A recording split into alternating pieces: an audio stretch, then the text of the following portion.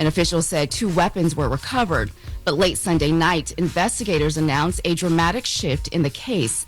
At a press conference that began just before 11 p.m., Rhode Island and Providence officials said they are releasing the person of interest and resuming their search for a suspect, acknowledging the investigation is now essentially starting over. Let's listen.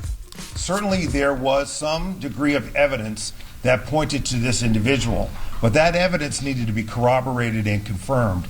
And over the last 24 hours, leading into just very, very recently, that evidence now points in a different direction.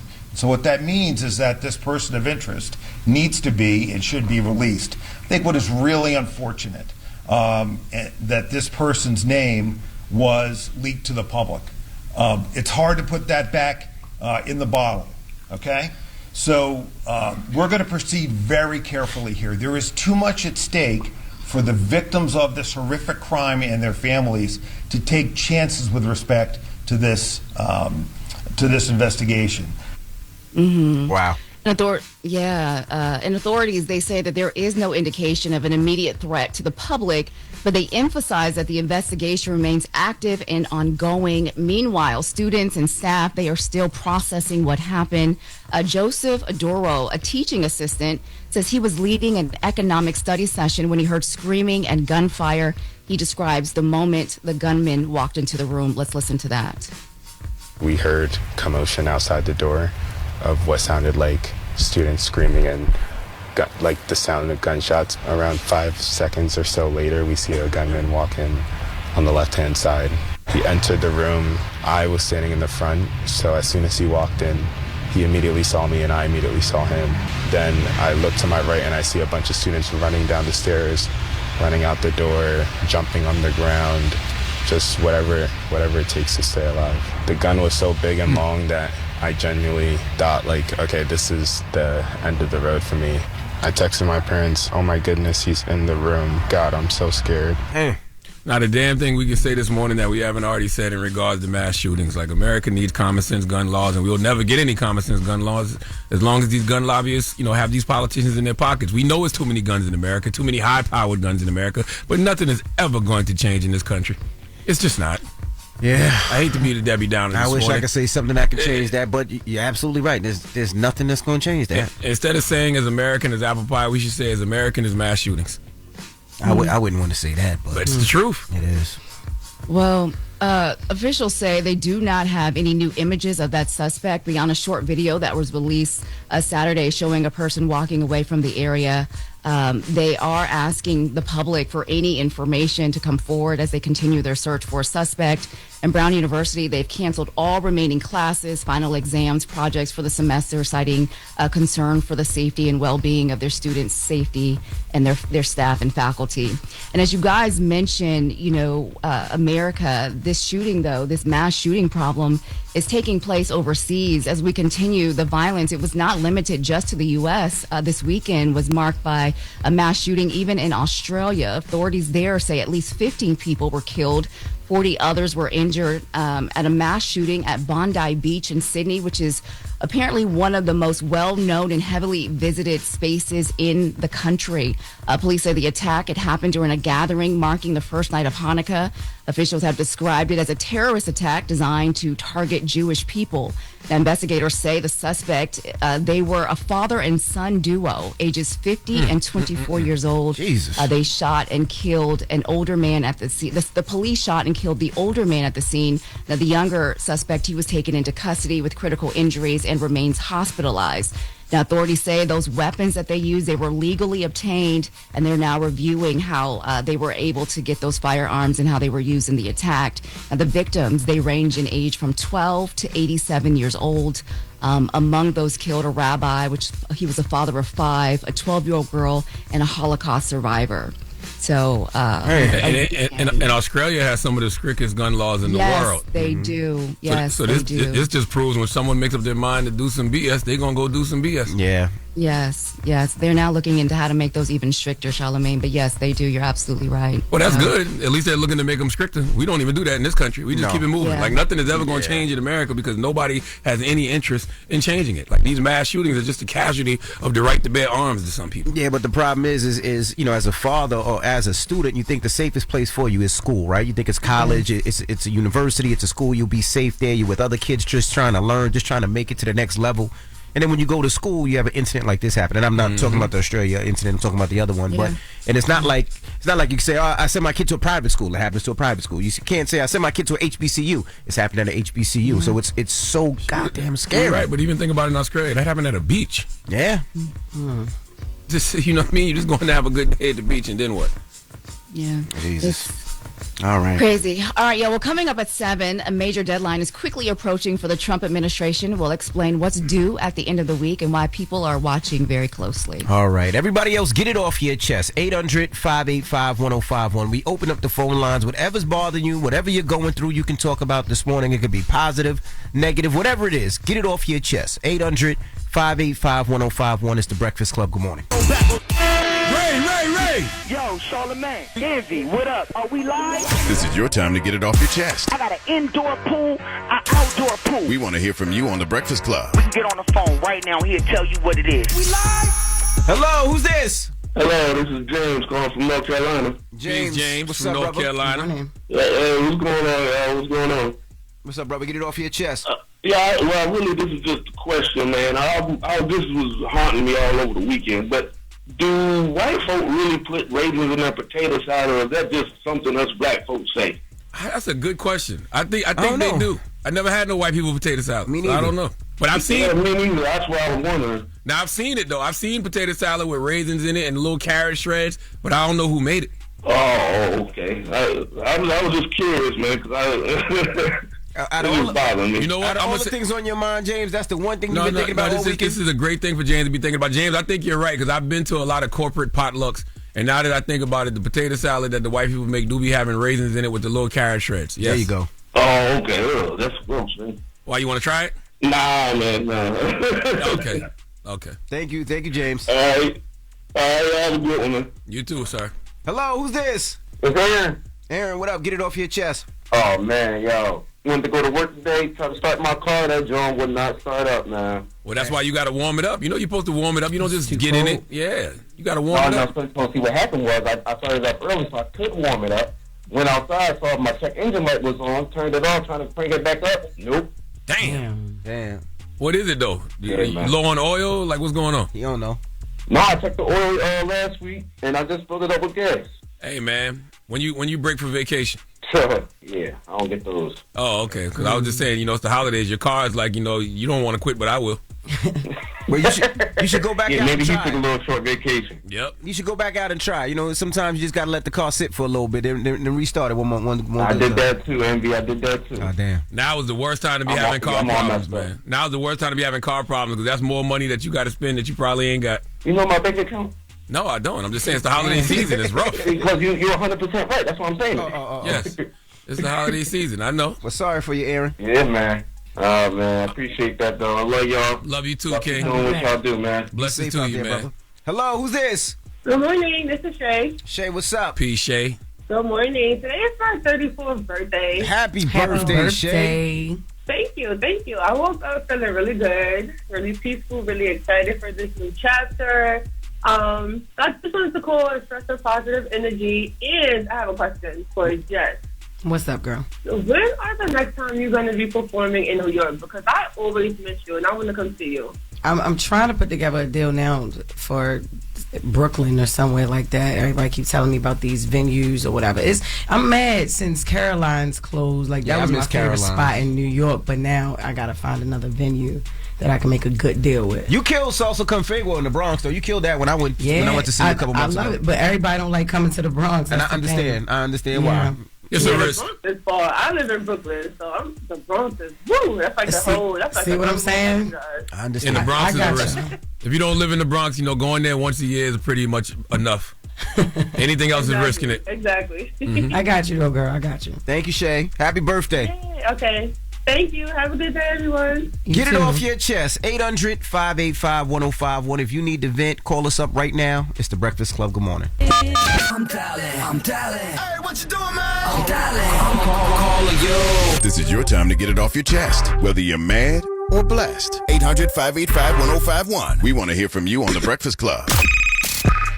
Hello, who's this? Yo, it's Sonny Francis. What's going on, Andy? Sonny, what's up? Where you calling from? Calling from Northern Cali. Cali. What's Peace, up, brother? Sonny. Redding, California, man. All right. Up early listening to us on the app, huh? Every day. Appreciate it. Thank you, brother. Every day, man. What's up, brother? Get it off your chest. Yeah.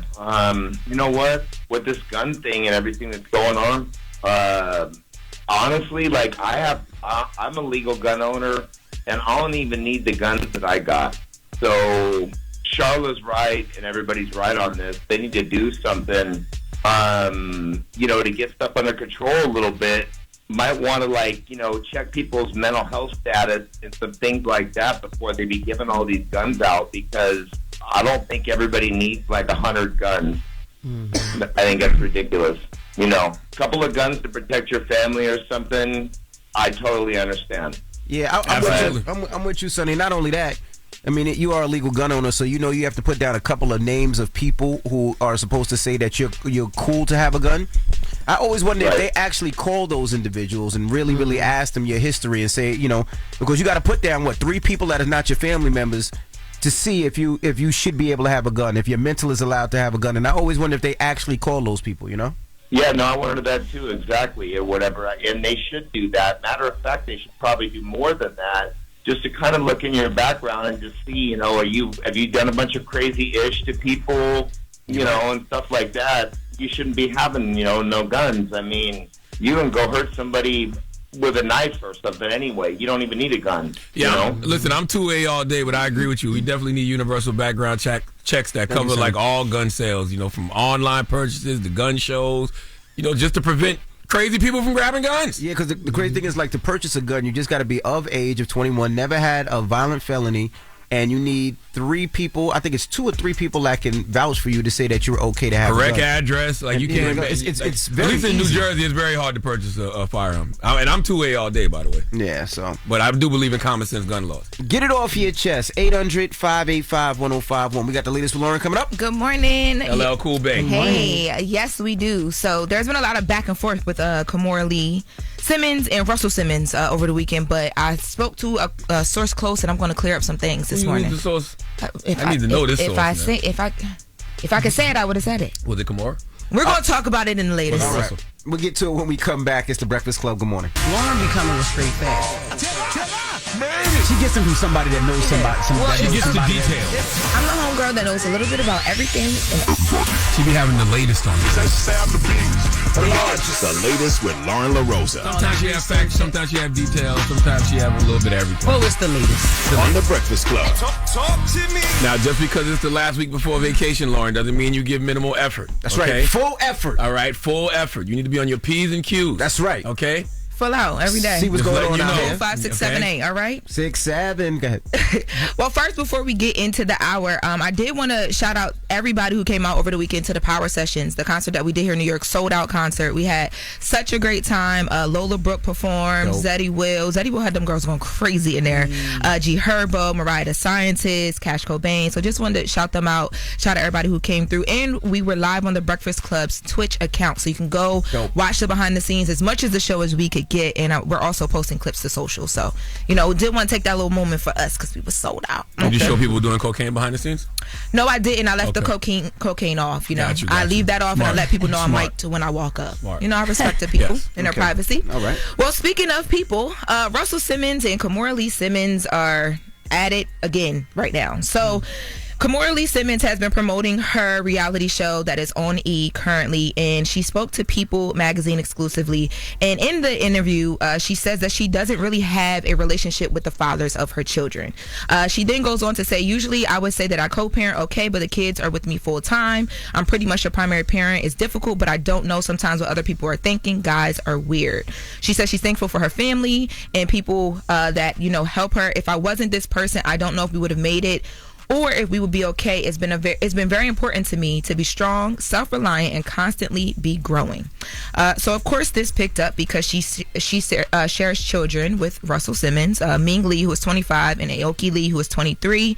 She also has other children. She has a son named Kenzo, who's 16, with actor I'm gonna mess his name up, Digimon Hanusu. We know you're talking about. Yes, and a son, Woofley, who is 10, and then she has a child that she adopted who is 16, and a bonus son who's 19. So her kids are older. You know what I'm saying? The actor that you just named, I haven't seen him in a long time.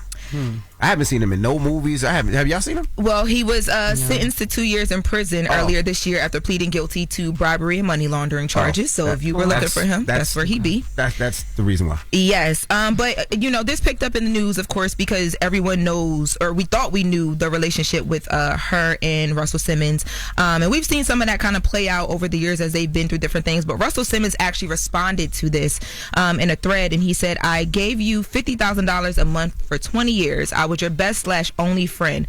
I'm the godfather to your other three kids, until one day you stole my stock. I have been fighting for my kids' love and my bread ever since. You threatened that if I sued you, I would never speak to my kids again. There are two sides to every story." Hold on, we need to correct something. Tim Leisner is one of Kimora Lee Simmons' baby daddies. He's the one that's in prison for 2 years, not the actor that you talking about, not the brother.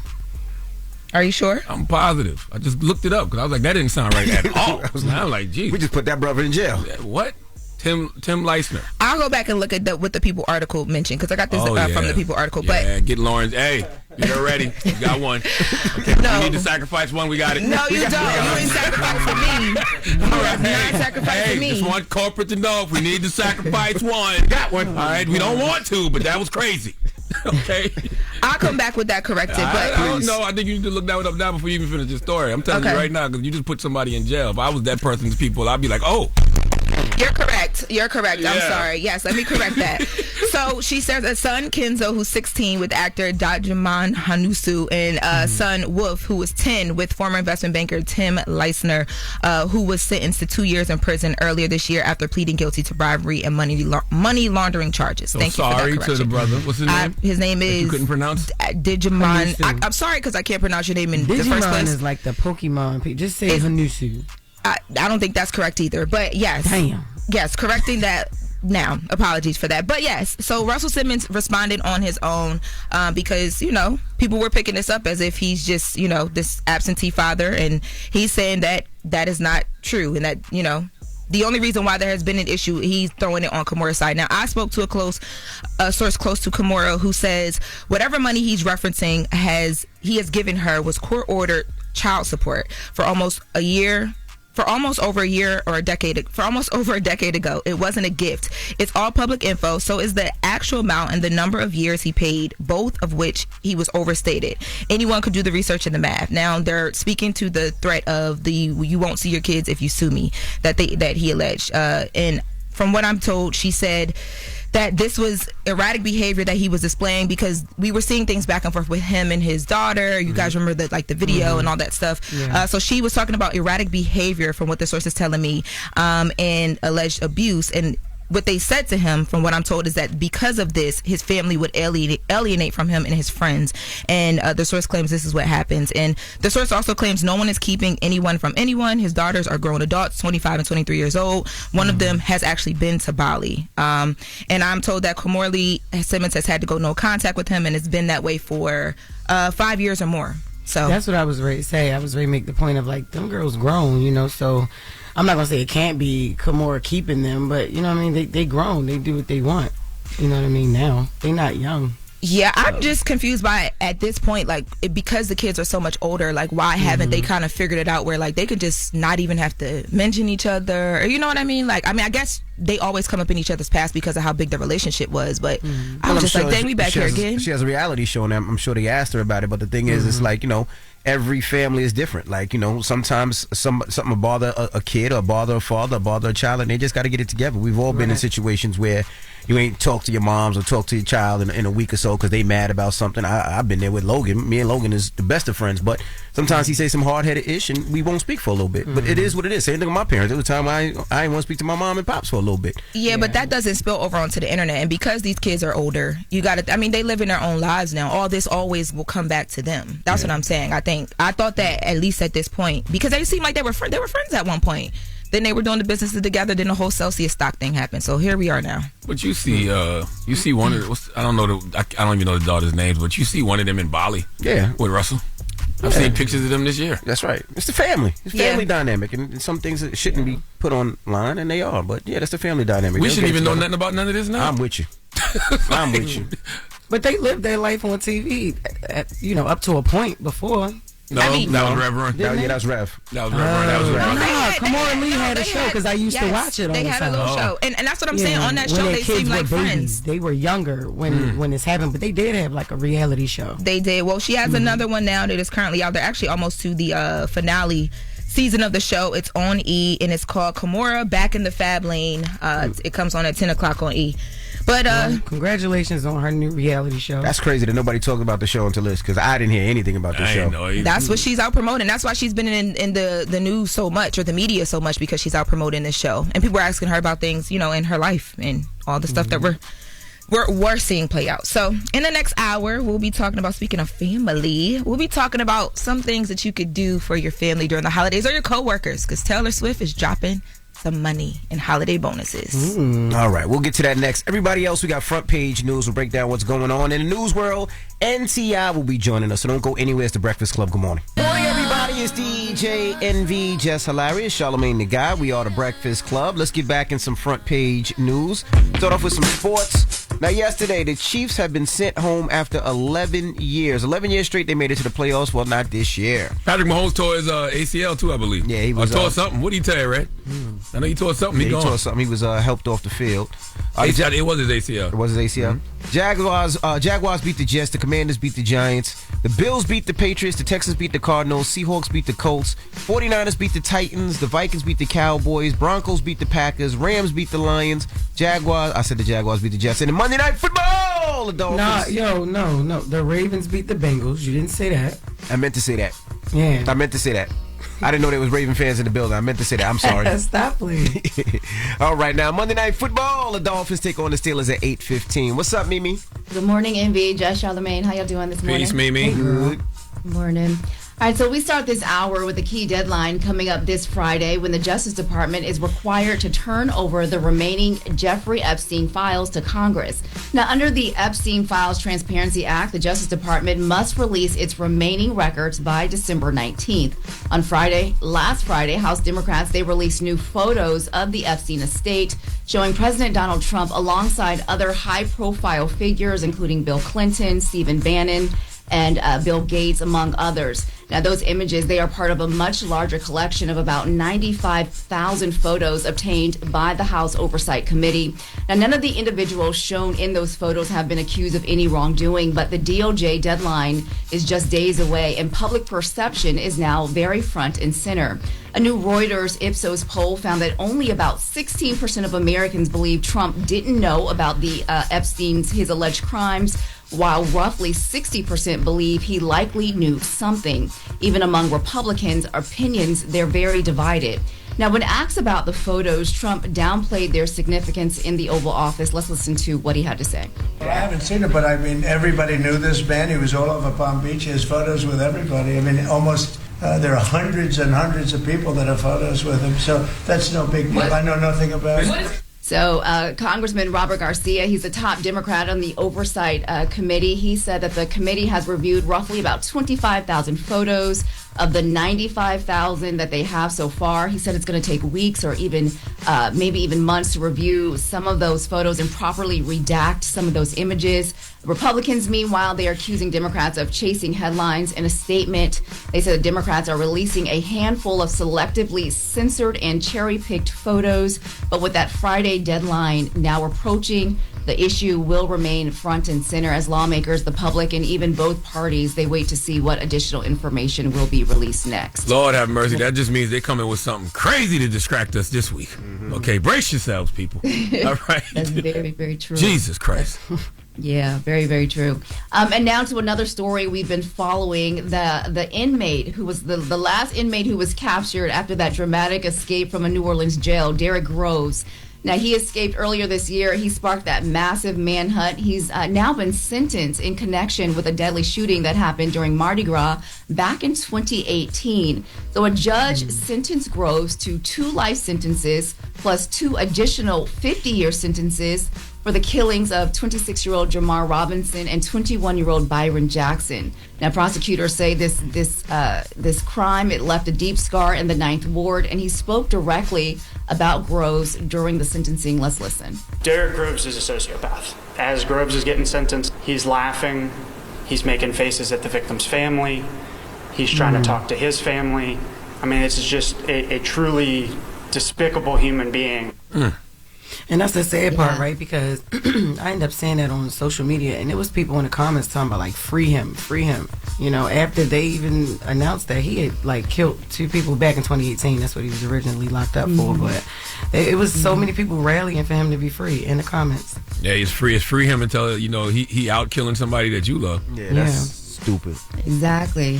So even with this sentence, though, the case is still not fully over. He still faces separate charges related to that jail escape. Which he should be sentenced for that in May, and then he also how much more has time can he get though? Yeah, that's what I'm saying. Now we wasting taxpayers' money. Yeah, he already got 100 years. We are wasting taxpayer money. You're absolutely right. But he also apparently has 2 open manslaughter cases that are also still pending. Damn. So did you say he got afterlife, yo? But that's what I feel. He pretty much got I always feel like the justice system might know something that we don't know. Like you might die, wake up, back in prison again. You know what I'm saying? Die, wake up, back in prison again. I told you got 2 life sentences. Okay, that means reincarnation too. Jesus. Plus 50 years, plus 2 50-year sentences on top of those life sentences. What if you die and wake up in a zoo as a cat? Well, they don't have cats in the zoo. What they be keeping in the zoo? A polar bear. I'm just saying, that's jail. Yeah, it's crazy. So that is happening in May, and those manslaughter charges, we're not sure when that's happening, but that jail escape sentencing will be happening in May. So we'll follow that when that happens. And after a heavy start to the morning, let's shift gears just a little bit to something a little lighter. Something a lot of people are quietly dealing with around the holidays, reconsidering old relationships. Now, relationships experts say this is a time of year where it has people doing a lot of reflecting. Something about December, the lights going up, the year winding down, the sense of transition makes people start looking backwards. And that's often when old names start popping back up on those phones. People say that they are hearing from exes, former situationships, or someone who ghosted them months ago with a low-key check-in like a hope you're doing well, thinking of you, or a happy holidays text. And so for the person on the receiving end, those messages, they said that they can land very differently. Curiosity for some, confusion for others, or a quick reminder of why the relationship didn't work in the first place. But experts say these holiday messages, they aren't always about rekindling. Sometimes it's just about what's familiar. Sometimes it's timing. And sometimes it's just to see if the door is still open. So as Christmas gets closer, those messages tend to pick up, according to experts. So here's the question this morning, you guys. So is a holiday check-in from an ex, is that a red flag, or is that just harmless holiday cheer? That literally just means it's the holidays, it's lonely, and I'm going to call a person that I already got history with to come and spend the night. I mean, New Year, ain't nobody worrying about it. After the New Year, ain't nobody about to worry about that. It's just, we wind it down. Nobody wants to be alone on Christmas. And instead of going to find somebody new, you can call somebody you already had history with, whether it's toxic or not. But after the New Year's, you ain't going to hear from them. Listen, man, I just want to remind y'all that there are 16 days left in this year. 2025 is the year of the snake, okay? So you got 16 days left to shed anything that no longer supports your well-being, okay? That includes exes, all right? And the Texas, yep. Absolutely. I agree, Charlamagne. So that is what is coming around, apparently, within the next 16 days. Someone may be getting those texts. So watch out for those. Well, all right, y'all. That is your front page news. I'm Mimi Brown. Follow me at Mimi Brown TV for more stories. Follow the Black Information Network. Download the free iHeartRadio app or visit BINnews.com. Peace, Mimi. Girl. Thank you. All right, when we come back, T.I. will be joining us. He's doing a comedy special, Cheaper Than Therapy. It comes out on the 24th of this month, and we're going to talk to him next. So don't go anywhere. It's The Breakfast Club. Good morning. Good morning, everybody. It's DJ NV, Jess Hilarious, Charlamagne the Guy. We are The Breakfast Club. Loren LoRosa is here. Nyla is here. We got a special guest in the building. The legendary T.I.P. What's happening? Tip it up. What's happening, man? You just came in here and said you wouldn't be working if you had a job. Nah. If I lived up here, I can handle job. I can handle job, man. Ain't no way in the hell, man. This is quit your job with them, man. You walk outside, like, man, hell no. God, no business. You know what I'm telling me that if you would have grew up in New York, you wouldn't have been a D-boy? I wouldn't, yes. For a period of time. For a period of time, you know what I'm saying? I would have been a seasonal trapper. You know what I'm saying? Okay. You know what I'm saying? Yeah, man. How you doing, brother? How's everything? I'm cooling, man. I'm cooling. If you notice, I came up here by myself this time. Yes, you did. I came by myself this time. Because last time we had a bit of a... I remember. We had a bit of a kerfuffle. You know what I'm saying? I came up here dolo. That wasn't your fault, though. And you bought everybody, you know... Nah. You were the peacemaker. Career-wise, I wasn't where I wanted to be. What is this? What's up with your man? Hey, you finna get slapped. I mean, we cool, but I slapped the out you by laughing. Oh, man. I'm just telling you, we Hey, cool. you ain't gonna slap me now. Now, what you want to do? Hey, you ain't gonna slap me. What you want to do?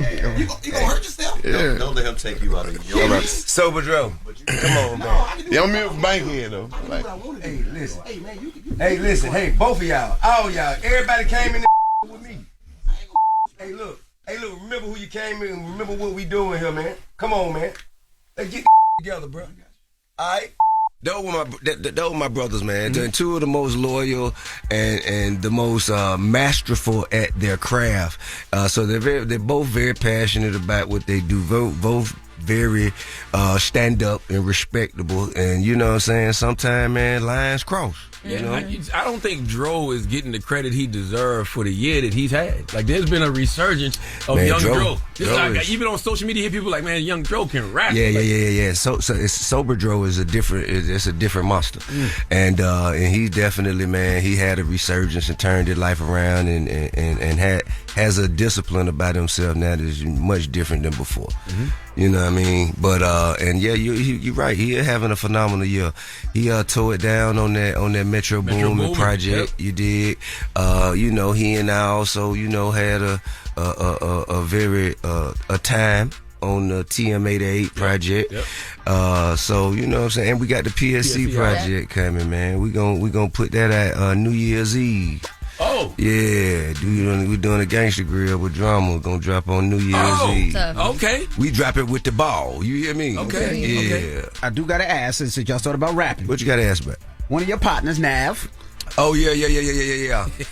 was talking. I I talked about KRS-One. I spoke to Nav. Rakim. I spoke to Nav.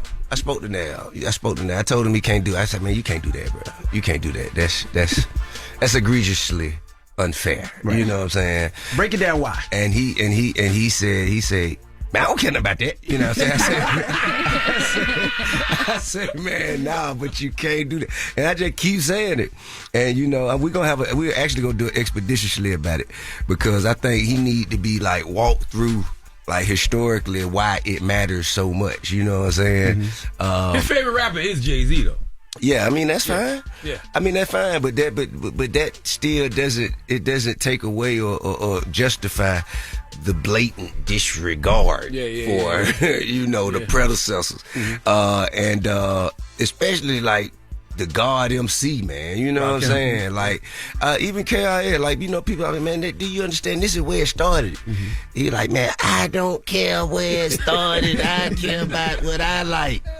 But that's fine. You know, he can have his own what he likes. That's cool. Yeah, but he just got to remember where they started from, where Jay-Z got his from, where these people got I think what we fail to realize is, in the age of internet, people are just not careful with what they say anymore. And I think that's something that people of our generation just got to get used to. Yeah. 21 Savage was talking about that on the Big Bank interview. The internet. And he actually brought you up. He said that during your era, y'all didn't have to really deal with the internet trying to tell people who y'all were and just like saying crazy things. So it's a little different for people now. Well, see, it wasn't the internet. We had, Wendy Williams and Charlamagne, and you know what I'm saying, and other people like that telling us, you know what I'm saying. We had our set of challenges, our share of obstacles to overcome. It's just like the success of that. People seeing how successful you can become doing that, it just made everybody say, I'm gonna do that too. I'm gonna take it a step further. I say this. You know what I mean? Right. And they forget about all those runs. See, people stop getting hit in the face. You see what I'm saying? Like, people stop getting hit in the face. It be like because you can't hit them. Where you gonna see them to hit them at? Man, you catch people everywhere, man. You know what I'm saying? We all sharing this big ball of dirt together. You never know when you catch somebody, man. You be like, oh, there goes shouty right there. You know what I mean? Yeah. And I think that's okay. I think we should normalize getting hit in the face again. Yes, because I feel not shooting, you know what I mean? Don't shoot them, don't kill them, just bow. Because that's when I respect. Watch your mouth. I respect it more when a person says whatever they want to say to the person. And if the person gets hit in the face, they still stand on what they say. That's right, because you get hit in the face and you still say it. You like, man, I still feel how I feel. I still feel how I feel. I don't care. No, I don't care. That's it. You hit hard, but still. Exactly. Hey. How do you here for comedy, right? I got a special coming out. Man, on Christmas Eve, man. Got you. It's called Cheaper Than Therapy. So while I'm up here, you know what I'm saying, I got to handle my business too. Right. But yeah, so Cheaper Than Therapy, everybody, man. You can get that on tipaintfunny.com. Just log on to tipaintfunny.com, and you know what I'm saying, for the nominal fee of $6.99, you'll be able to watch my comedy special while you're at home, wrapping gifts, getting tired of your kids, complaining about how much money you didn't have to spend, but you did. You know what I'm saying? Just entertain yourself, man. Now, all of the comedians who hate to see me in comedy and who don't like, I created a community for you all. A community where the haters can congregate and you can all get together and talk about how funny I'm not. What are you talking about in the special? What am I talking? Man, a few different things, man. I'm definitely talking about, marriage. My experiences with my wife. Definitely talking about being a father. Did you run that by your wife first? Did you say, babe, I'm going to talk about this, or did she hear it when she got there? Absolutely not. Absolutely not. But why would I go and do that? Because I don't know if you want that smoke later on, y'all. You run things by your wife? If I'm going to talk about her, yeah. You do? Yeah. If it's not the nicest thing, I think so. What you mean, not the nicest? But that's because he got in trouble back in the day for not running something by He got hit in his face.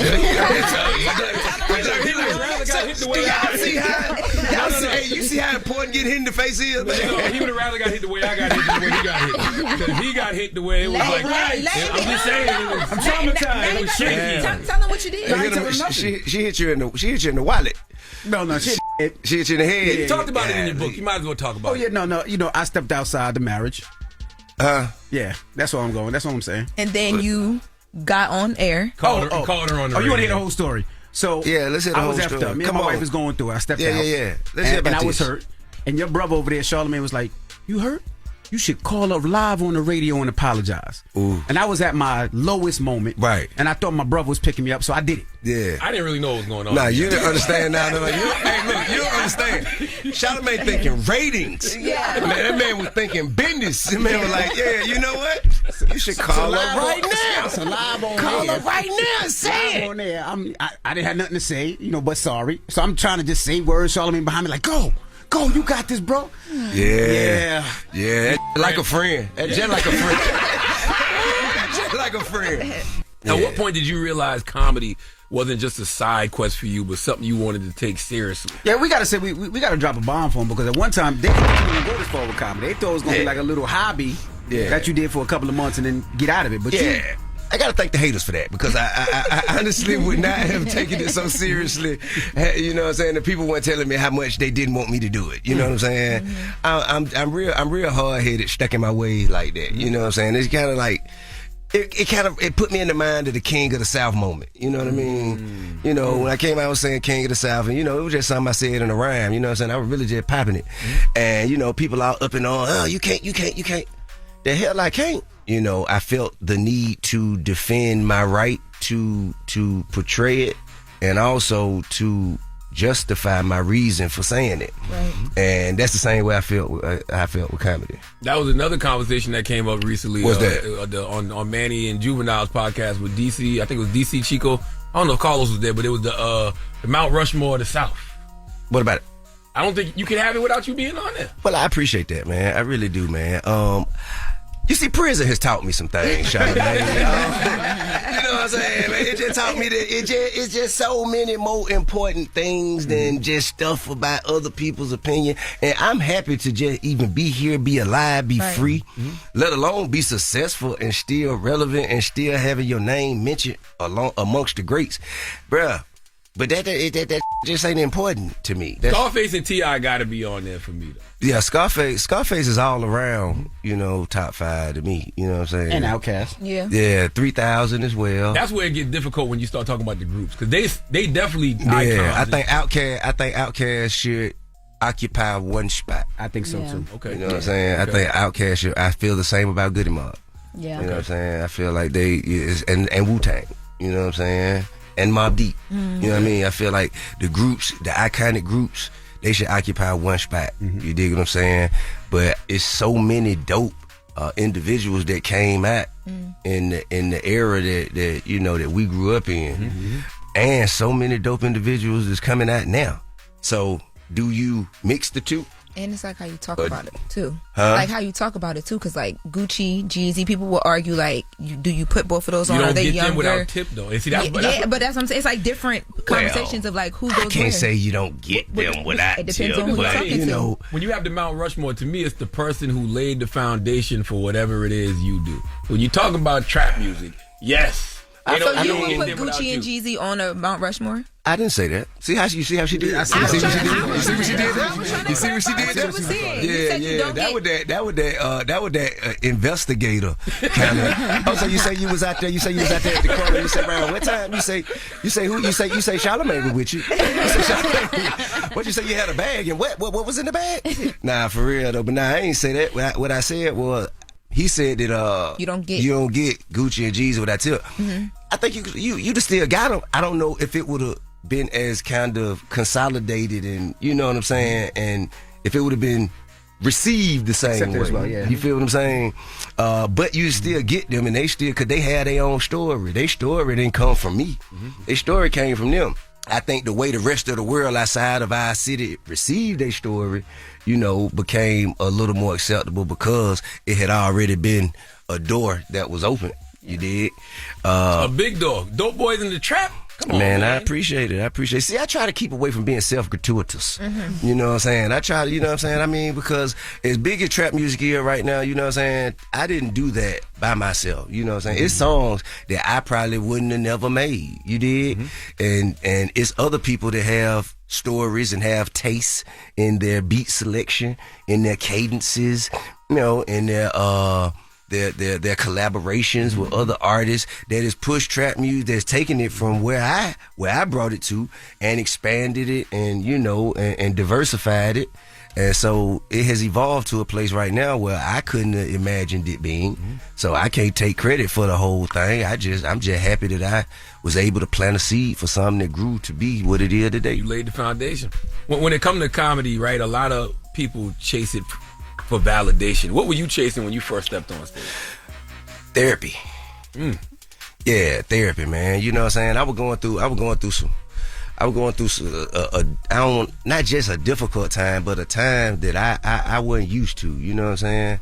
I was being like, I would have things said about me that I never imagined having said in public about me before. And people were like really like serious about it. You know what I'm saying? And that was something I you know, that weighed on me, you know what I'm saying, for a while, you know. And you get no apology. Nobody ever says, you know what? I don't want them. You know what I mean? Just keep that same energy, keep on pushing. You know what I mean? It's cool. You know, that's a great way to exit my life. I love that. You know what I mean? I need to make room for the new. And what was the most difficult part about it, right? Was the most difficult part not seeing those individuals, hearing friends and family talk about it, or your kids? What was the most difficult part? I think the most difficult part about it was, I've experienced tragedy, I guess, for the most part, on my own. You know what I'm saying? Like, where I had to go through it by myself. And when you're going through something by yourself, of course it's difficult, the lonely part of being by yourself, but it's also easier because you only have to worry about what you do, how you feel, and what you think, and what, you know what I'm saying? So experiencing it as a family was different for me. You feel me? Because that's the kind of thing that I always felt like, I bear the brunt of all that for them. You feel me? So, you know what I'm saying? That was the difficult part, but I think outside of that, bro, it was just, man, like, I've poured a lot of myself, my time, effort, energy, attention into presenting myself as a man of respect, you know what I'm saying? As a provider, protector, as a, you know what I'm saying? As someone who can be held in high regard in the community as a certain type of person. And so for that to be like, yeah, all that. Nah, this what we say. You know what I'm saying? I'm like, oh man, for real?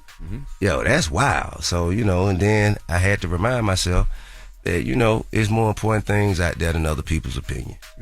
My truth would never step down so their fantasy can live. Absolutely. You know what I mean? So but comedy helped me, you know what I'm saying, take it a lot less serious.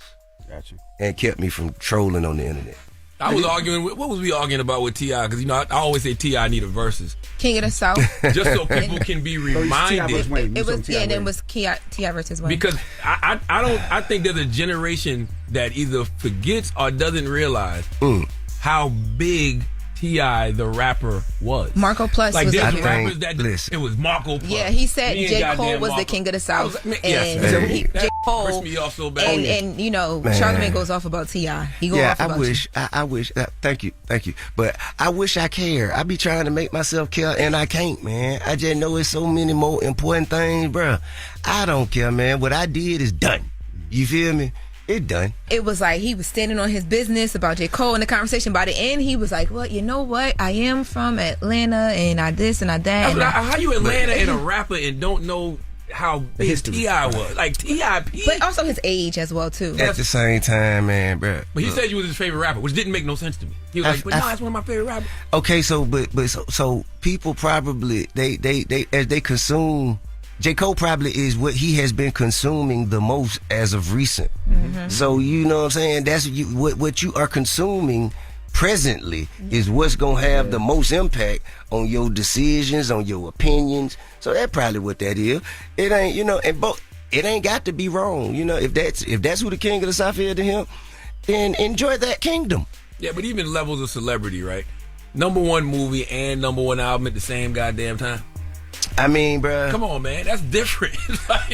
That's different. God has been good to me. You feel what I'm saying? God has been good to me, man. I'm still cold as a on the mic, and I still, and to be honest with you, I'm just because I don't want to negate any of these facts. Can't nobody with me. I'm gonna just let you know that now. You understand? Go in the booth with anybody, walk out with the better verse. I go head to head with Dro. So I go against anybody. I don't give a damn who you got. Bring them on. They can't with me. Live performance, can't with me. Hit for hit, song for you just can't with me. You know what I mean? That might be somebody that certain people like better. That's your opinion. Okay. But bottom line, you can't with me. And anybody who think, you know what I'm saying, that what I'm saying is some line me up with whoever you got. Anybody. I don't give a damn who it is. 20 for 20, I don't anybody. give a help the bear. You hear me? I don't give a damn who it is, man. I don't give a damn who it is. He came in so humble. He was like, I don't care. I don't care what you think. Y'all bringing this out, man. Y'all bringing this out. Let me just say one thing. Y'all bringing this out, man. Y'all can't tie my shoes. I just gonna say that. But now, I'm just saying, man. Like, I'm humble, and I God bless everybody. But you can't with me. Because there's not a bag you can't go in. Streets, even God ladies, know that. Clubs, introspective records, man, features. Come on. I appreciate that. Thank you. And humility is the key. You know what I'm saying? I've learned that, being humble is going to take you way farther than being arrogant. But let the facts be known that can't nobody with me. I just got a couple more questions. It's the holiday season, right? And everybody know you got that bag. So I know. Whoa. You been getting money for a long time. That's what we need to pause. You know what I'm saying? We need to pause like that. You know what I'm saying? But you've been getting it for a long time, so people reach out to you, right? So I know you got to be selective. There's a story I always hear about you that I think is an amazing story, but I just wonder what made you do it when Michael Vick reached out to you. And he reached out to you, and they said you called him just to check in. Nah, he was just getting out that day. Oh, the same. It was the first day he got out. Okay. So I hit him, you know what I'm saying, see what was up with him. The part of the story that's more interesting, what they don't realize is, that was the day I was turning myself in. Wow. Oh. Yeah, I was turning myself in that day. And so, yeah, he was coming out, I was going in. So, I was hitting him just to see what was up, how he was doing. And this is funny. It's a comedian in the Ha Mafia that he had his name Fat Man Deezy. Funny here. But he got a joke like, you know what I'm saying, just say hello. Don't ask people how they doing. Because somebody gonna tell you how they doing. That's right. So I learned that day. So, you know what I'm saying? So I called, I say, man, what's up, man? How you doing? He say, man, matter of fact, man, I'm just getting that, man. I'm down bad, you know what I'm saying? I could use some, well, he ain't asked for nothing. He was just saying how his situation was, financially stressful. And so I was like, and I just happened to have been, even though I was turning myself in, I was at a point where coming off a paper trail, and I was having it, and I was like, man, you know what, bro?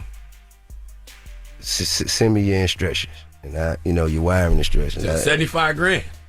He told y'all that? I don't know. I saw it online. I don't know. Numbers are not important. You know what I'm saying? The gesture is what's important. Golly. Nah, man, but yeah. I think that it was something like that. I thought it was 50, but if it was 75, so be it. What made you do it? I just cause, man. A lot of time when I'm going through stuff, I take my mind off of what I'm going through by trying to help somebody else. That's dope. You know what I'm saying? So that's dope. Yeah, but Vic, man, we were tight. Like, you know what I'm saying? We were running the city at our time. He was, you know what I mean? I was cool with the hottest quarterback in the NFL. Like, we were partners.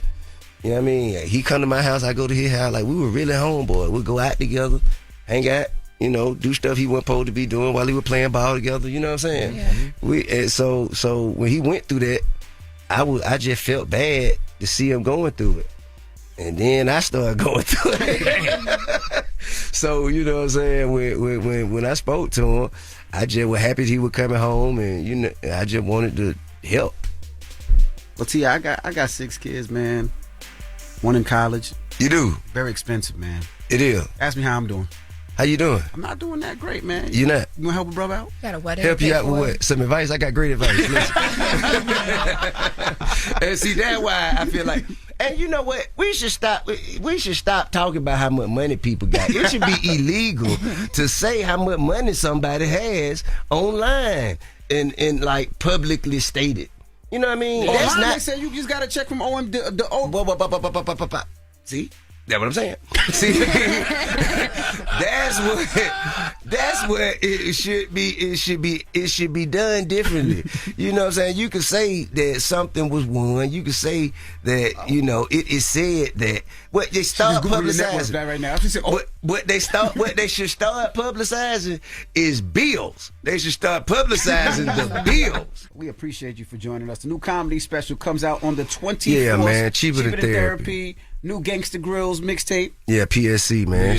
Still in the streets. Still in the streets. And ladies and gentlemen, it's TIP. TipAintFunny.com. That's right. Make sure you order the special. TipAintFunny.com. It's the Breakfast Club. Good morning. You're going to catch hell with T.I. in the verses. I'm just trying to tell y'all now. I don't care who it is. I would love to see that, man. Yeah, T.I. actually needs the verses because y'all need a reminder. All right?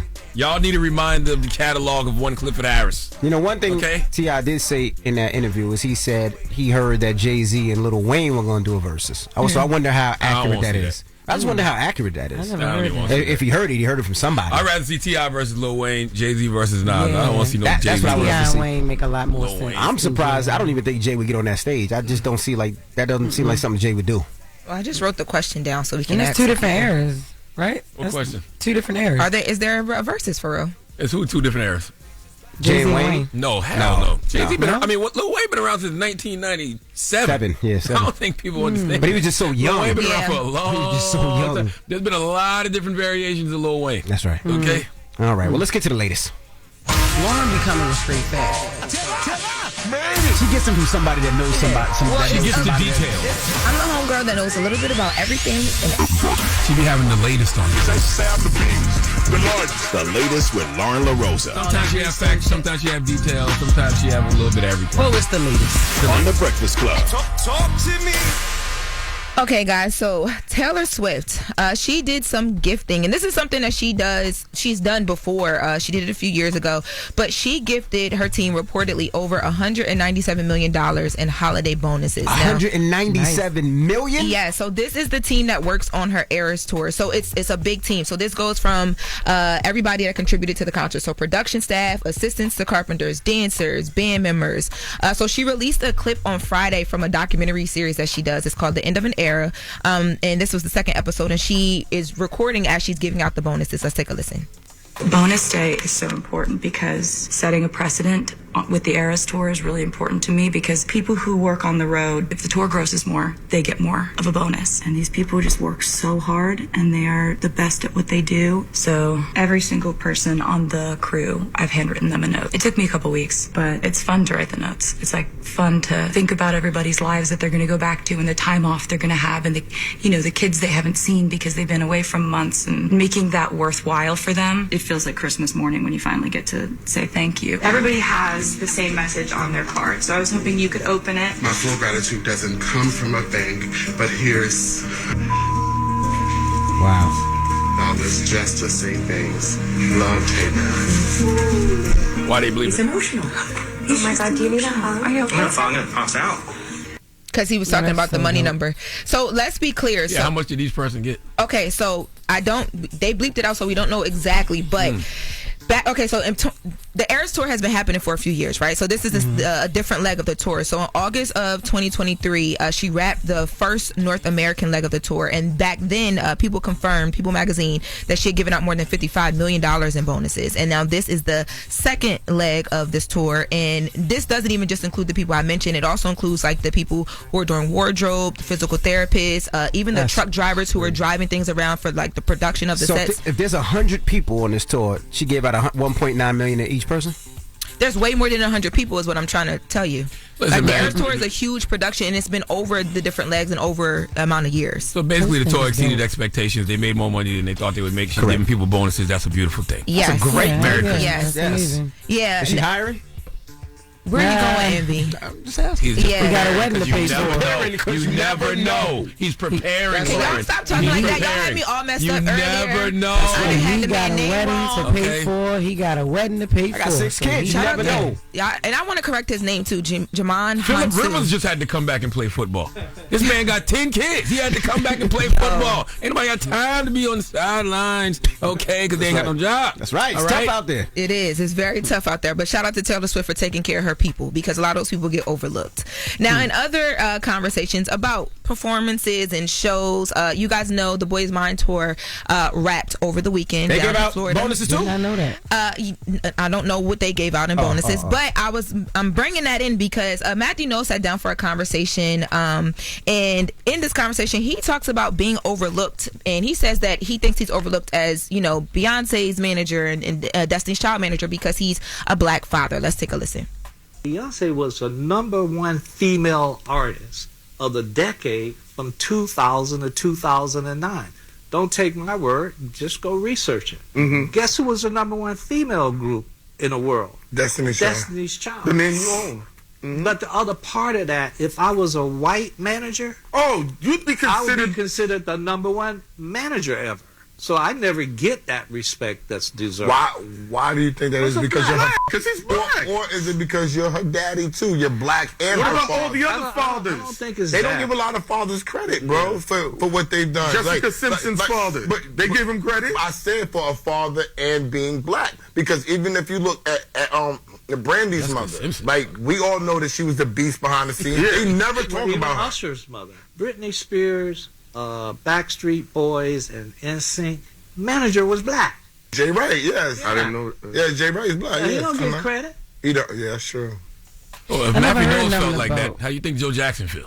Yeah, yo, I was like, literally no. about to say that. feel And like I never Joe heard of Jessica Simpson's father. I don't know who the hell Jessica Simpson daddy is. I don't know what Heineken was talking about. Never just now. heard that. That was Heineken. That was the Bag Fuel guys. That was the interview that they did. I didn't mention that in the beginning. Apologies. But I feel like Joe Jackson gets mentioned all the time. Not in a good way. Not in a good way. But he still gets mentioned. Yeah, like, but not in a good way. Not for the Yeah, success that his kids but have had. It's always for being too stern, Being too for beating strict, them, yeah. too strict, and all that. I mean, it's sad, but I mean, at least he's being mentioned. It started making me think about people because, like, to what I mean, Matthew I'm was with saying, you. I'm with you. I'm like, I've always heard about Joe Jackson, and I did not But not only in a hear good bad. way. We No, get what you're me saying. myself, my personal ears have not always heard bad things about him. What did you hear about him? Until the movie came. I mean, like, he had them boys, like, he's responsible were for how working. disciplined they are and how overworked they're them. structured and everything. Too All right, disciplined. I get it, but I've heard about things. I've heard good and bad things about Joe. Took their childhood away. We all heard on the nasty and things. salute to Matthew Knows what he accomplished I with agree. Destiny's Child is fantastic. But Joe Jackson gave us the Jackson 5, which led to Michael Jackson, Janet Jackson, Tito Jackson. Yep. God bless the dead. But I also started thinking about other managers that don't get mentioned that are just black, but black men and women. Because he mentioned Usher's mom, and she did like a whole series with Owen talking about how she was so instrumental in his career in the beginning and just being one of the first people to get like an office and a studio and a music studio all in one. I feel like Mona Scott Young doesn't get mentioned a lot too with different artists that she worked with, like That's Missy facts. What Elliott. artist? Missy Elliott, Busta Busta Rhymes. She works with Tyrese right now. Like she used to be a manager? Yes, she still is. She's still Violated. Yeah, she owned Violated with Chris Lighty. Who was part of LL Cool J, 50 Cent at one point. Never heard that. She did the whole. She started loving hip hop. Yeah, well, Yeah, she I mean, knows yeah, that. that's what I know. But a lot That's of people that's don't. the only way I know I feel her. like a lot of people know her for that, but they don't connect the dots of like the big music executive career she had before coming No, into we that. do. Y'all, Yeah, we older. but Yeah. y'all are older, but y'all are Right. also entrenched in like entertainment. And all you gotta too. do is read. You know the concert power sessions. You look at the bottom of it, you see a name on it. I know that, Oh, okay. but a lot of people don't. Shout out to I think it's Mona Me. Shout out to Mona Me Productions. I know that, but a lot of people don't. They don't mention it when they bring her Mona up. Me Entertainment. Mona's a beast. Also, Mona's a too, movie. we're acting like the manager role is a role that gets a lot of credit, period. Like, managers are usually the unsung heroes. Yeah, but now they're becoming more like Scooter Braun is a lot of people know his name. The Scooter's done a lot of outside of management though. But still, people know Scooter Braun's name, and he's not a artist. He doesn't get on stage and perform. You know, Scooter's I white still too. think a lot of That's that. part of what he was saying. Exactly. Yeah, but I also still think a lot of that is inside baseball as well. Like, if you ask the Yeah, average person who the hell Scooter Braun is, they probably Yeah, don't know. I mean, I'm tired of being the one that don't look like they don't know nothing. But yeah, I've heard Scooter Braun, but don't know who he is. So, Exactly. yeah. Well, they got some credit today.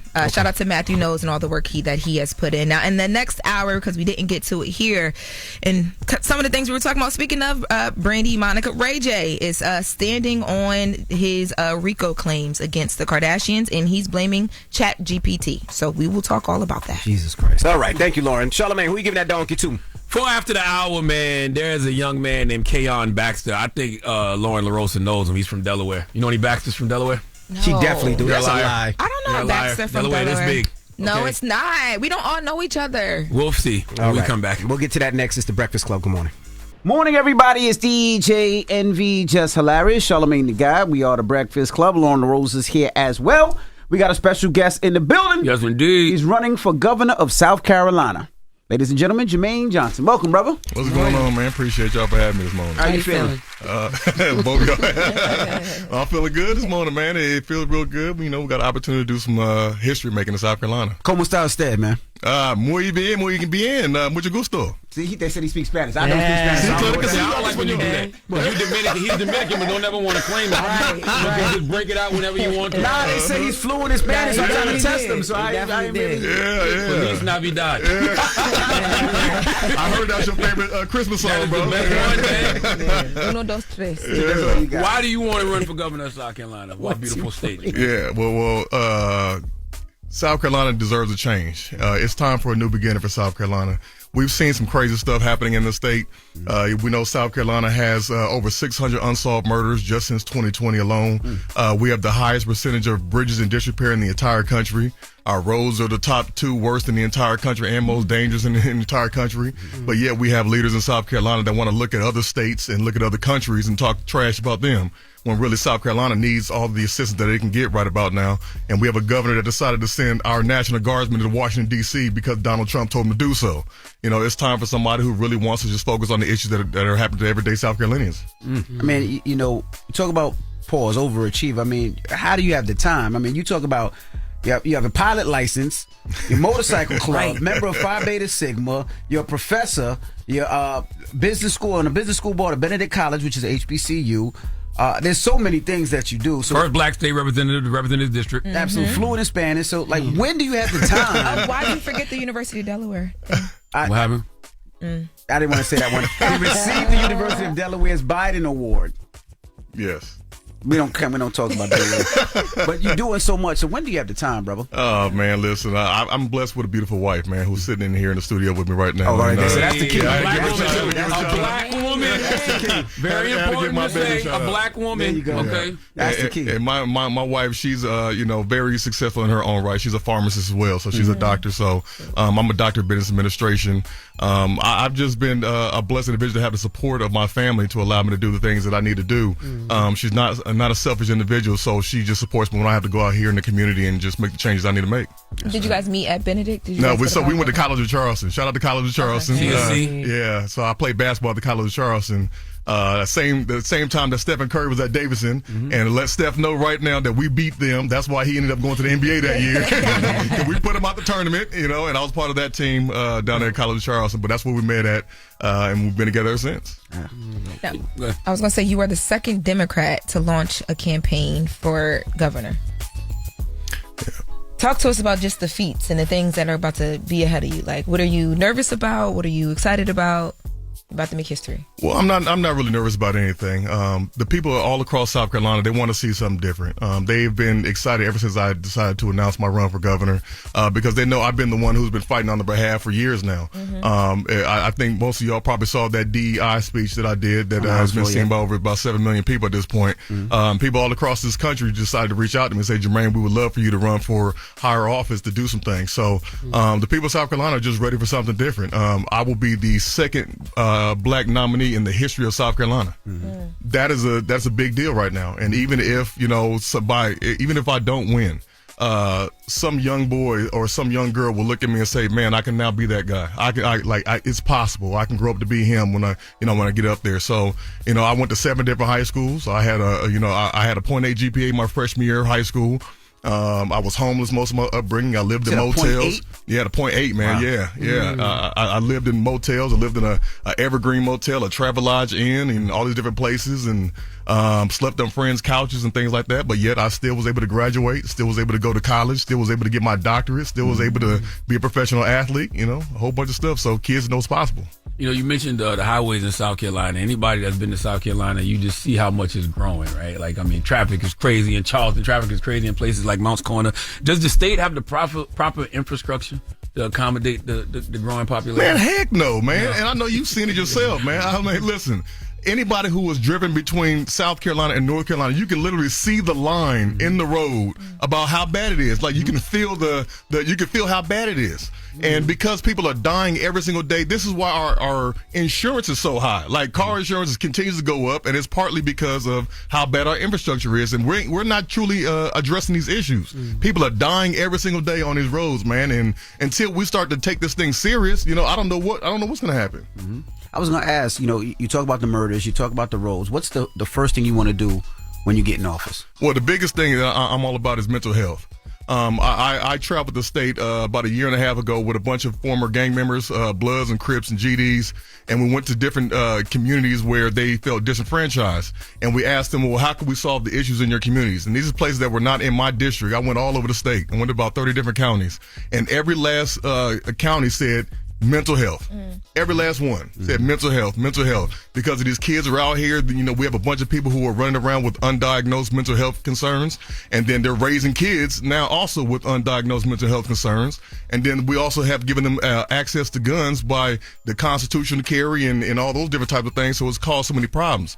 Well, I want to make sure that police officers actually have the support in terms of having a mental health provider on the staff with them. I want to make sure that the schools have mental health workers in every single district in the state. I want to make sure people have that work. Now, Andrew Yang is also a supporter. That's my guy. How did you and Andrew Yang get up? Man, so in 2019, when I was looking at who I was going to support for President of the United States, I was actually a Cory Booker supporter. Shout out to Cory Booker. But what Cory Booker was talking about wasn't really, in my opinion, talking about solutions. And then I came across the Asian guy talking about he wanted to give everybody $1,000 a month. And when I thought about it, I said, man, $1,000 a month would have really changed my life. Like, it would have kept me out of those hoods. It would have kept me out of living in those motels. That would have really changed everything about me. And when I met him, it was like he was talking about AI and all these other things that literally we are seeing every single day now. Like, everything he said, he was right about everything. And that's what led me to him. And I said, man, I'm going to go ahead and help you. And we've been friends ever since. Wow. You talk a lot about economic empowerment. What's the specific plan to bring like real investment, real jobs, real entrepreneurship into rural counties, in South Carolina? Well, one of the things that I've already done is in my district, I created something, the Lower Richton Tech Academy. And what that does is it teaches low coding and no coding technologies to the people in the rural community, and allows them to start their own entrepreneur businesses in those areas. So in Eastover, South Carolina, we have started at least 40 different small businesses right there in that rural area. And these are majority black and brown people that started these different businesses down there. I want to take that entire program across the state. I also want to work on this, my South Carolina Resiliency Act. So what that's going to do is going to mandate South Carolina to be able to produce or manufacture at least 25% of the resources that we need in South Carolina. Right now, South Carolina only produces 11% of the food that we consume every single year. 11% is not enough. So we have to import all of our food from other states, from other countries. I want to say, listen, let's produce our own stuff. What that's going to do is that's going to help out our rural communities as well as our farmers to put them back to work, allow them to expand the farms and say, listen, we're going to get our own produce from the people who are right here in South Carolina. When did you learn to start projecting your voice? Every time you talk, I want to do push-ups or something. You got it. I need to get up and run in place or something. Oh, man. Listen, well, I actually I got a degree in communications, but my thing was always was loud been, little boy. Yeah, I did. They always said I was loud, man. I've always been a loud speaker. They've always confused me with saying, "Hey, man, you talk loud." Like, no, I don't talk loud. I just talk loud, And I want to be heard. I need to be heard when I'm speaking up for people. So, people always ask if you do become governor. Well, we say when you do become governor, how would you work with Donald Trump? Oh, man, listen, man, you going to bring that man up in here, man. Listen. So my thing is, and what I've told everybody, I don't care who's in the White House. I don't care if it's Republican. I don't care if it's a Democrat in the White House. If it's not good for South Carolina, I'm not supporting it. I'm truly South Carolina first. We have these crazy people who are running for office to call themselves Trump conservatives. I was like, what the hell is a Trump conservative, man? Like, you let one man define what a conservative is. And that's the problem. So if Donald Trump wants to do good for South Carolina, I will gladly work with him. If he wants to do bad, I'll gladly stand against him. And I've been an independent thinker. I don't care, what party you decide to be with. If it's not good for the people of South Carolina, I'm not supporting it. What's your plan to overhaul education so students graduate in South Carolina either career ready, college ready, or business ready? Because we lag behind national averages. Man, we're 43rd in the country. Lord have mercy. Yeah, it's bad, man, and we haven't done anything about it. So places like Greenville are receiving more funds than places like Denmark, right? So we have an issue where we're not funding these schools adequately. So I want to do a full-on public education audit. What I want to do is I want to compare the rural schools that are well performing with the rural schools that are poor performing, and the urban schools with the urban schools that are well performing with the urban schools that are poor performing. I want to look at the administration and overhead and to see if there's any wasteful spending with the administration. And I also want to look at teacher pay. I want to look at all that and compare them all across the entire state and create this. After this entire audit, I want to get all the information together and then make best practices from there. So to make sure that we have all the information we need to make the best decision. Right now, we're not doing anything. We're just looking at social issues. We're more concerned with banning books in South Carolina. We are the #1 state of banned books. South Carolina is. We want to look at all the crazy stuff going on instead of actually investing. We want to take away public school money and give it to private damn schools, man. I mean, that is a problem right there. And in these private schools, if you want to send your kid to this private school, they literally can say, your kid can't come to the private school, but my kid can come, but your tax dollars going to pay for my kid to go to the private school that your kid can't even get to. And that's a problem in South Carolina. So we have to truly look at public education to make sure we're fixing and addressing these issues. What's the one thing the governor is doing wrong? The governor right now, what's one thing that he's doing wrong? If you could pick out all the things, one thing that really irks you. Kissing Donald Trump's butt. I mean, just to be honest, he sent 200 of our National Guardsmen to Washington, D.C. And when he sent them up there, what they're doing is they're literally on the side of the road picking up trash in D.C. right now. Well, if those 200 National Guardsmen didn't have anything to do, well, how come they're not in South Carolina helping to solve those 600 unsolved murders that I talked about? Well, like they could have easily been put to work doing something better for the people of South Carolina. But no, every time Donald Trump calls, he answers. And that's the problem that we have. We need to be addressing these issues that are in South Carolina. But when the president calls, aren't you supposed to answer them? You're supposed to answer, but you don't got to do everything that this man say every time he say send. I mean, and he did it during hurricane season. I mean, come on, man. Like we're sitting in a situation where it could be seriously dangerous, putting more South Carolinians at risk because you want to appease one man. That's the problem. What would be the consequence saying no to him? You're just not going to be best friends with him anymore.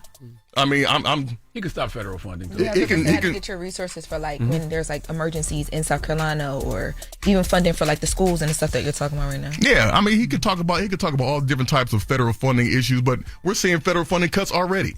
So I mean, it doesn't really matter. He's going to cut us anyways if he doesn't like us, And he might threaten. Once I become governor, he might threaten to cut funding then anyways, just because I'm a black Democrat. You be a DEI. You know what I'm saying? I'll be a DEI hire, right? But I always say, listen, call me DEI. I definitely earned it. All right, so that's the type of person I am. So How do you make sure that when you go in and do all the testing in those schools and you raise those numbers to get the funding and stuff, that the teachers are still really connected to the students? Because I went to an inner city school, and when we got better numbers, score numbers, test numbers, more money, the teachers they brought in were so disconnected from us. It changed the environment of the school, and it was it caused more students to not come back to the school.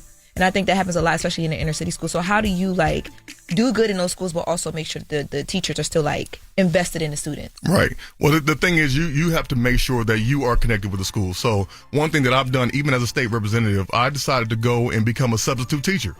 So I went into the public schools to go. Do everything. What haven't you done? It's crazy. Yeah, man, it is. I do a lot, but I wanted to go in there because I wanted the teachers to one, know that I cared.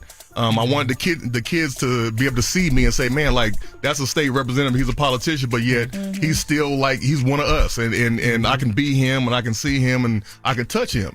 So I went in there to really assess the situation, and I think you lead by example.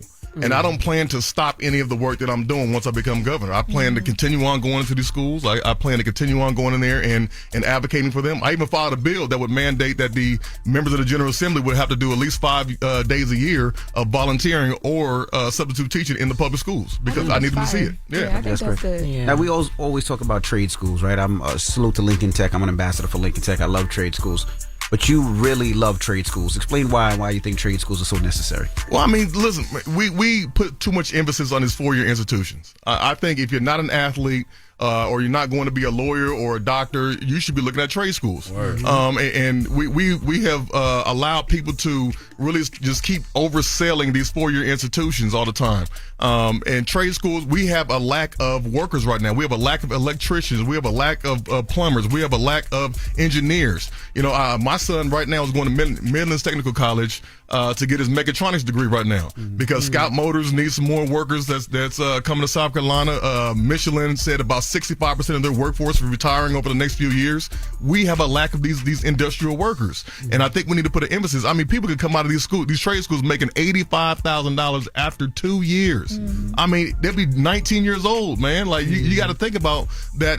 Helping these kids to learn how to invest in their futures. I got cousins, man, in Monk's Corner who were doing HVAC soon as they got out of high school. They ain't missed a meal in 25 years. That's right. That's right, man. And I love the conversations you're having because you're talking about economic empowerment. You're talking about mental health, something else you were talking about. Yeah, Trade schools. Like all of that stuff to me is just about affordability and how to keep people safe. Why is that so hard for politicians to convey? It's not, life ain't complicated. Yeah. People just want some more money in their pocket and they want to feel safe. Because they allowing Fox News and CNN to be the driving talking point. And I think that's the problem. We do the same thing in South Carolina. The Republicans, they quote Fox News. The Democrats quote CNN. You know, and I think we need to get away from that. I think we need to get back to addressing the issues. I mean, I'm all about affordability. People are hungry, man. Like, people are starving out here. We don't even have a minimum wage in South Carolina. Like, people always say, let's raise minimum wage. We don't have one. We have to establish a minimum wage before we can raise the dang minimum wage. You know, so I mean, it's issues like that. And minimum wage is $7.25. Who was living off of $7.25? You know, I mean, we have these issues all over the place, and I don't know why people want to hit on these big social issues and talk about abortion every single year and talk about, you know, guns every single year. I mean, man, people want the same thing. They want food, they want safety, they want good schools, they want good roads, they want good jobs. All right. Well, he's running for governor of South Carolina. Make sure you get out there and vote and support him. How can people donate if they want to donate? How can they donate? Man, listen, I need everybody to go to johnsonforsc.com, JOHNSONFORSC.com. We got to raise some money, y'all. You know, y'all know that as a black guy running for governor of South Carolina, I'll be the second nominee in the history of South Carolina. We need to raise as much money as possible. I mean, honestly, y'all got over 6 million viewers right now, right? The Breakfast Club. 8. My bad. See, 8. There you go. See what I'm saying? If all 8 million people just gave $1, we would have more than enough money to become governor of South Carolina. But listen, we need $5, $10, $20. This is a real grassroots movement, and we want to go grassroots funded. And that's just for radio. That don't count like the YouTube and the podcast. We'll get them all to give $1, man. Get them all to give $1. No, or get them all to give $20. Yeah. Well, yeah. Well, it's Jermaine Johnson. It's the Breakfast Club. Good morning. What? What the hell? There's a guy on the chat. No.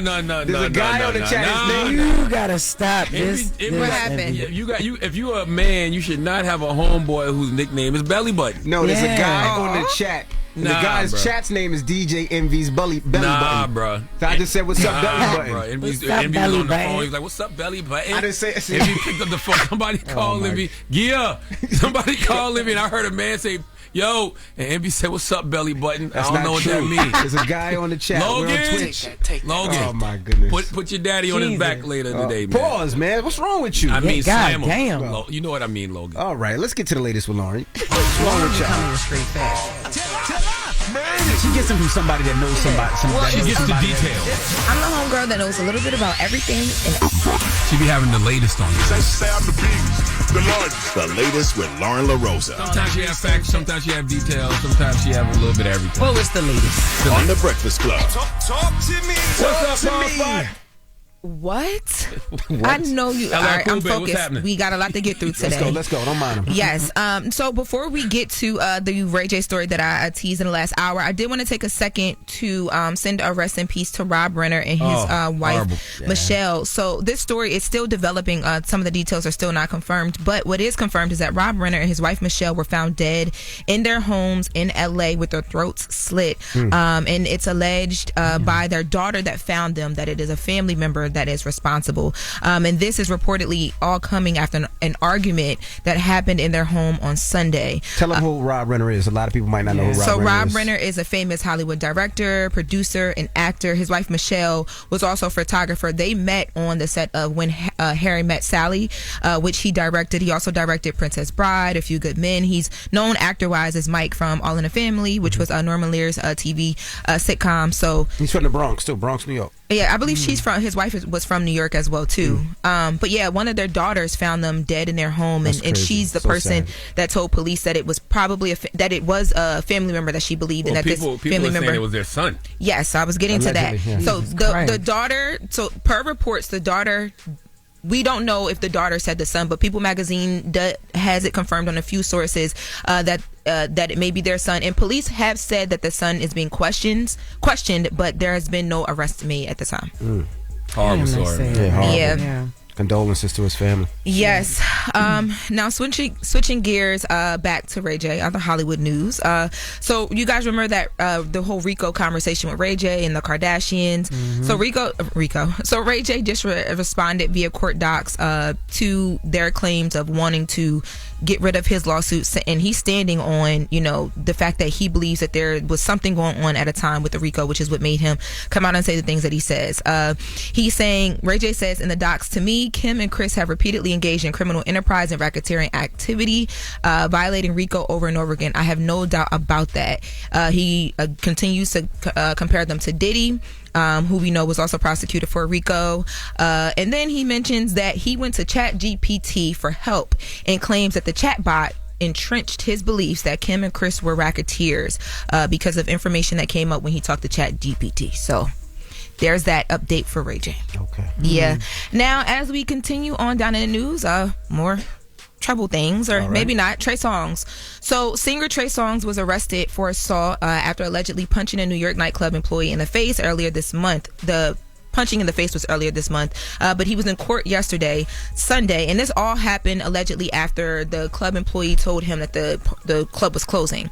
So he was partying at a spot called Drama Nightclub, and according to reports, the nightclub employee came over and told him around like 4:25 that the club was closing, and they alleged that he got irate. So yesterday he was in court for the assault, and then he was arraigned on mischief in the second degree for a separate unrelated incident at another spot in New York called Mirror later in that morning. And I did receive a statement from Trey Songz's counsel, his attorney, Mitchell Schuster, who says Trey Songz was charged in connection with the incident that occurred last week. He is cooperating fully and looks forward to the facts coming to light. Separately, last night, Trey was confronted by individuals, and they allege that they instigated a confrontation. So this is something separate. In attempt to surround him, they say his security got involved, and they mentioned that they believe he's a public figure that is being treated as a target for an instigation in pursuit of headlines or financial gains, and they are confident that the facts will speak for themselves. You know the worst thing about these Trey Songz stories nowadays, you don't ever hear Trey Songz in headlines anymore for any type of music. When the last time Trey Songz put out some music? He had a song with Ray J. He did? Oh, yes, he had a song with Ray J. Definitely don't remember that song. I remember it because they did this on the radar, and Ray J was just in the back dancing, and it was pretty entertaining. I'm gonna look up the song. So it's hard to focus on anything else except for his legal troubles all the time because he don't give us nothing else to focus on. Yeah, the song was it's called Litigant. I don't remember that song. Yeah. But like Charlamagne said, Litigants? Again. I was gonna say, God damn. Like Charlamagne said, we need to talk about Trey's music. Like Trey's a talented artist, and we haven't heard music and album in a long time. All we hearing is BS. Yeah. Man, I be listening to him. I still listen to Trey. That's crazy. Old Trey, right? Mm-hmm. Yeah, me Old too. Trey. Well, speaking of other artists who get in the headlines because of the things surrounding them outside of their music, Kanye West. So there was a documentary In Whose Name that released in theaters a while back, but is now been made available on streaming. I watched it last night on Amazon. And did 50 Cent do that one too? No, there's a director who started this like years ago when he was 18 years old, and there's a whole storyline behind him, so it wasn't 50 Cent. But one of the things that I thought was interesting in this doc, people used to always talk about how Kanye West didn't have any people around him when he was going through all these things to kind of pull him up.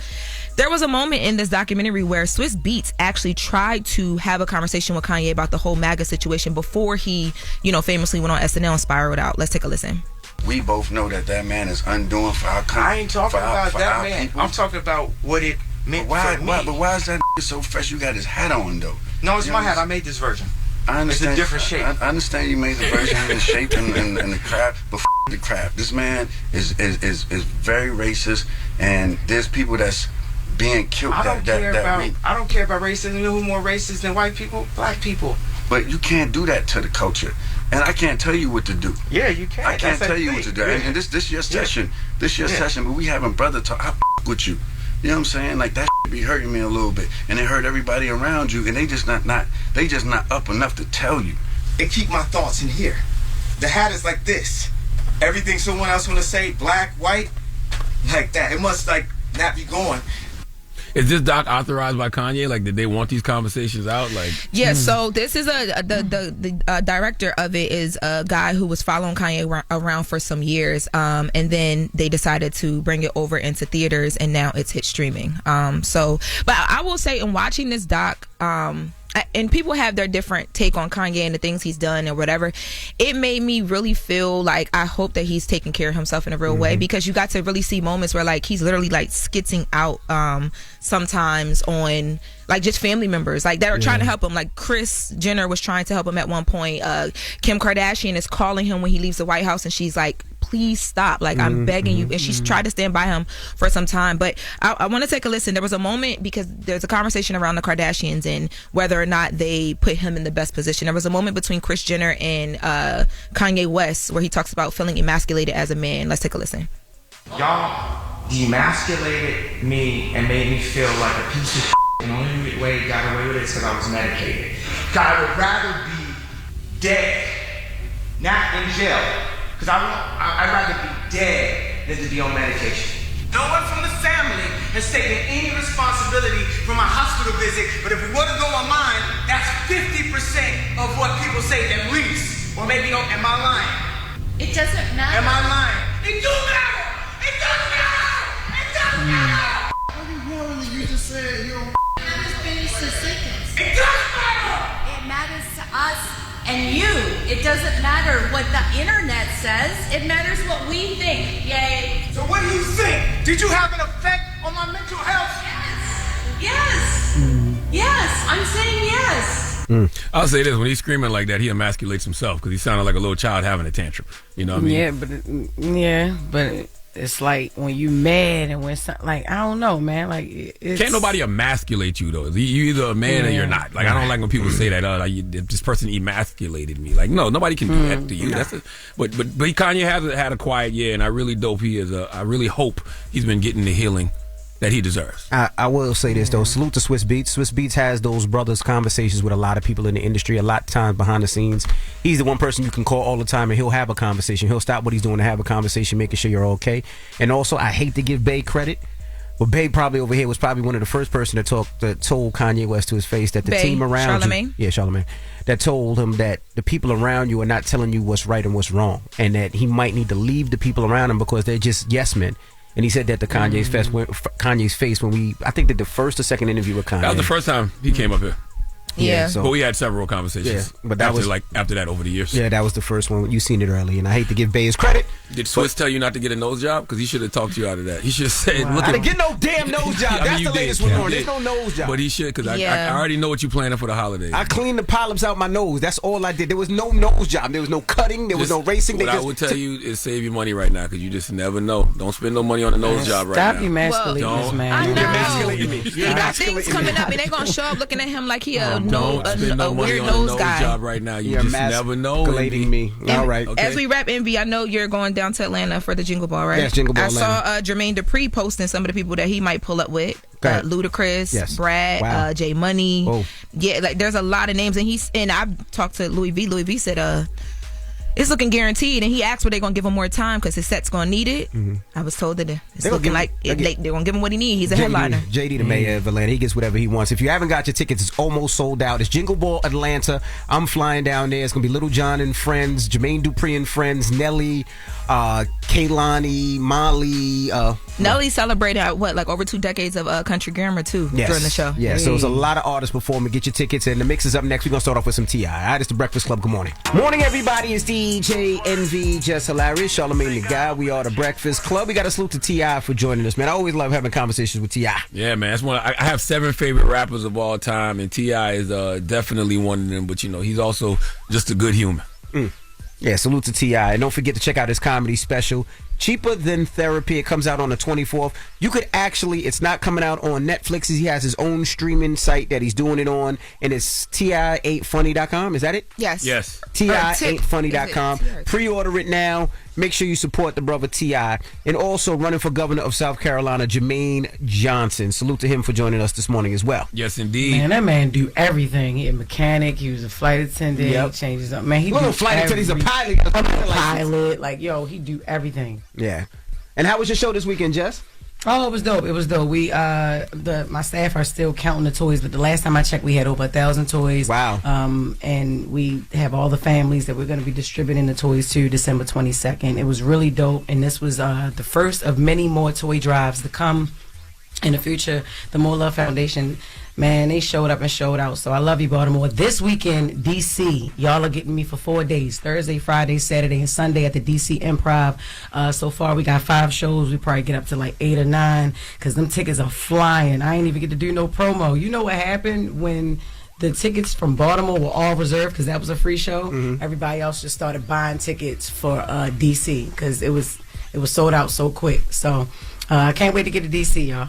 All right. Oh, and I want to tell everybody too, man. T.I. came here on Friday, so he came here before the video came out that was showing him with a bald spot. Mm-hmm. So that's why we didn't talk about it in the interview. But you said that was AI, though, I'm telling you, it's not real. Like the video was manipulated. There's a brother in the video who died a year ago. God bless that brother. You know what I'm saying? But I'm telling you, like that video, it was definitely manipulated in some way, shape, or form. Oh, so it was an old video. Yes, it's an old video. I don't know, but I don't know what they were trying to say. I don't know if they were trying to say it was a new video or what. I don't know. But I just thought it was resurfaced. Yeah, I don't think nobody said it was new. But when I was talking to T.I. this weekend, he was like, "My hair ain't the fullest, but it ain't that." But I ain't out here like that. That's funny as hell. All right. That's what he said. All right. Now we got a positive note. We do have a positive note, man. I want everybody out there to remember that I think it's 16? Is it 16 days left until the new year? It's 16 days left until the new year. But I've been telling y'all over the past week or so, 2025 is the year of the snake, and it's a 9 year. So you got 16 days to shed what no longer serves you and enter a new era of yourself. So if you're feeling, like things are breaking apart right now, that's beautiful. Okay, it's normal to feel like you're breaking apart when you're outgrowing something. Trust the process and surrender. It's the destruction of the old, which is making space for the new. Okay? Have a great day. Breakfast Club, bitches! Y'all finished or y'all done? Woke up. Wake you up. Wake that ass up. Program your alarm to Power 105.1 on iHeartRadio.